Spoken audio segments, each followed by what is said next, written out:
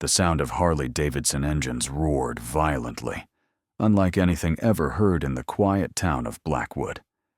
It tore through the curtain of morning light, shaking the windows of the Rusty Spoon roadside diner. This was the only place on the lonely road leading out of town. Customers looked up. A fear mixed with curiosity spread through the space. 4 massive, pitch-black motorcycles pulled up to the gravel lot, kicking up dust. Their leather jackets reflected the sharp, cold sunlight. In the center was Kane, the leader. He was a monument of steel and regret, his eyes etched deep by years spent on the edge of the law. Kine stepped inside, and the silence in the diner became heavier than the noise. The waitress, Chloe, about 30, was wiping the counter. She was a slender woman with hastily tied light brown hair and eyes bearing years of deep fatigue. As she leaned over Kane's booth to wipe a watermark, he saw it. Just beneath her left jawline, a faint, fading yellow-purple bruise, poorly concealed by smudged makeup. In that moment, the diner disappeared. Kine saw the flickering neon light of an old apartment where he had found the woman he loved, Ilara, with a similar bruise. He hadn't saved her. That memory was his most persistent guilt, the wall he had built around his heart. Chloe's bruise was not just an injury, it was a confession from the past that Kine had to face. Chloe placed his coffee down, her hand trembling slightly, a tremble not of anxiety, but physical exhaustion.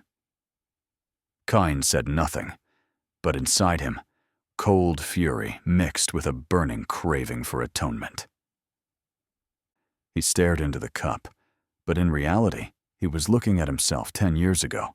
He had sworn. Never again. As Chloe turned away, Kane watched her. His gaze stopped at Mr. Thorne, the diner manager, a heavy-set man with a smug face, always wearing a clean apron, and eyes full of silent cruelty. Thorne stood with his arms crossed by the counter, sneering. In that moment, Kane realized Chloe's fear didn't come from the outside. It came from the very wall behind this counter. Jackson and his brothers, Spike, Rattle, and Jax, stayed in the diner all morning. They spoke little, only drinking coffee. Their presence was heavy, like patient vultures. Jackson had a plan.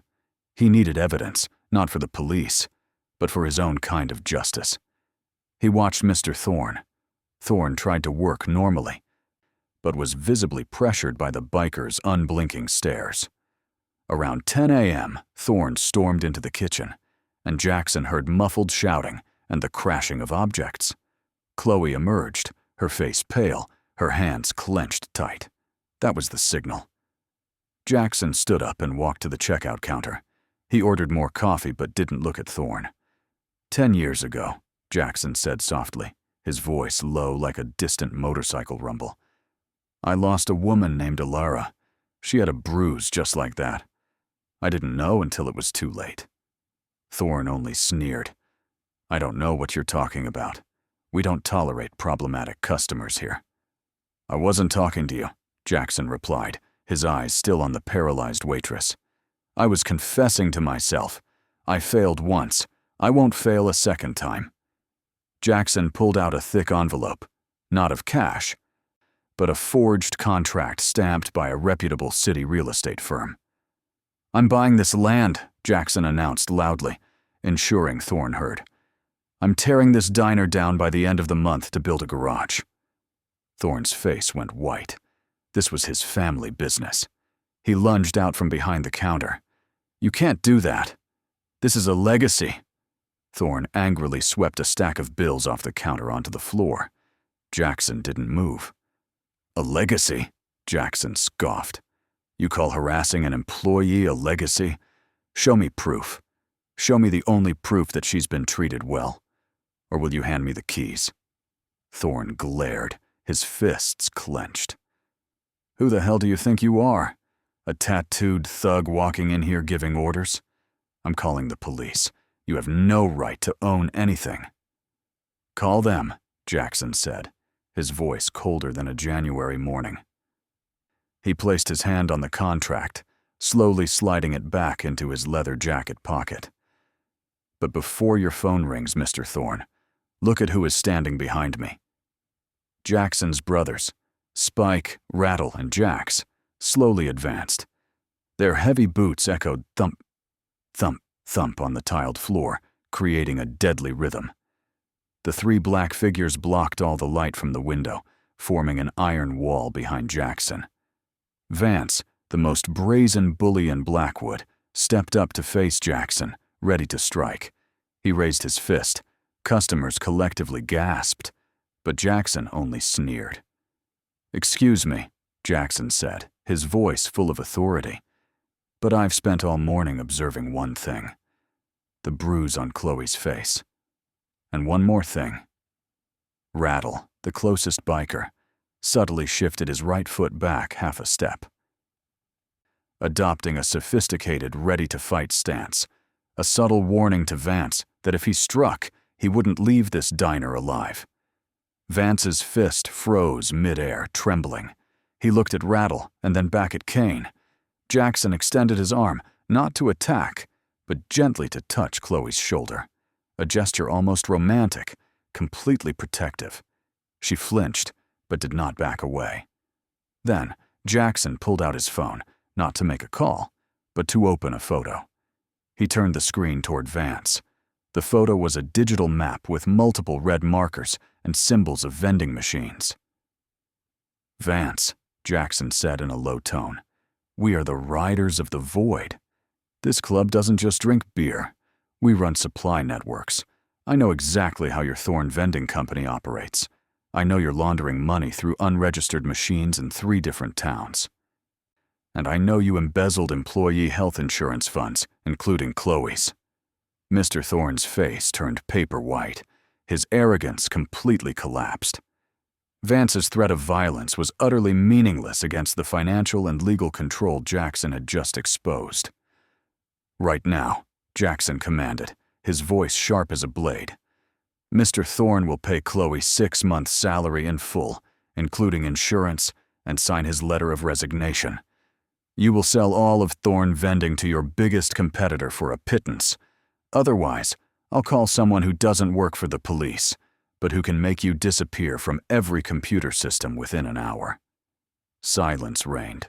Thorne swallowed hard, trembling. He looked at the expressionless faces of the bikers. He understood.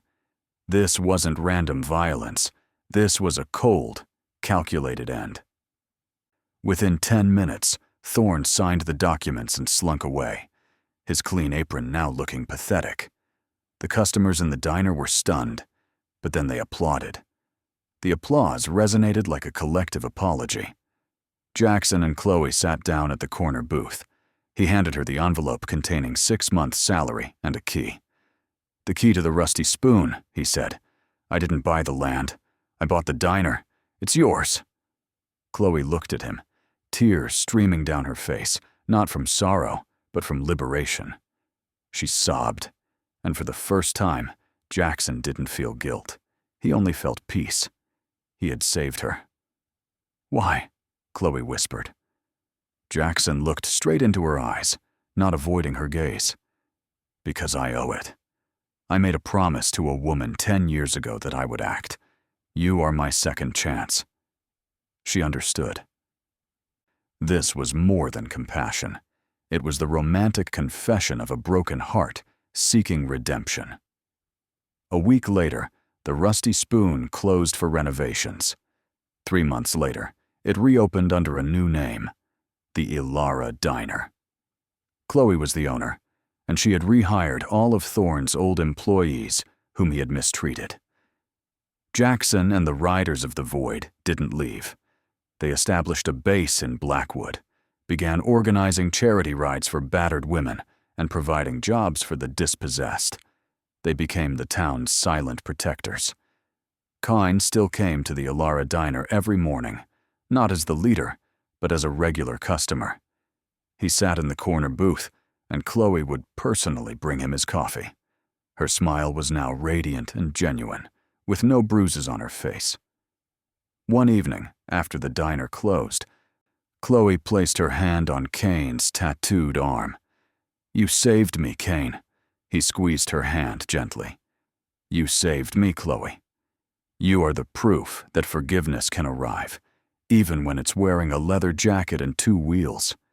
They stood there, two souls once carrying deep scars, now finding wholesome, complete happiness in each other, where loyalty was greater than all mistakes.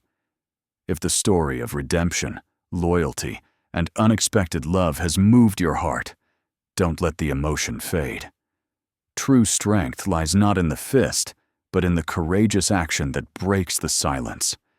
Do you believe Kane's actions were primarily for personal redemption, for Alara, or for the love he developed for Chloe?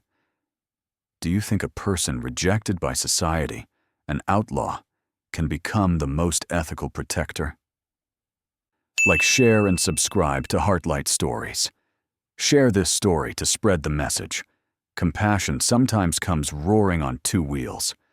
Let this story remind everyone that kindness still exists in every corner of the world.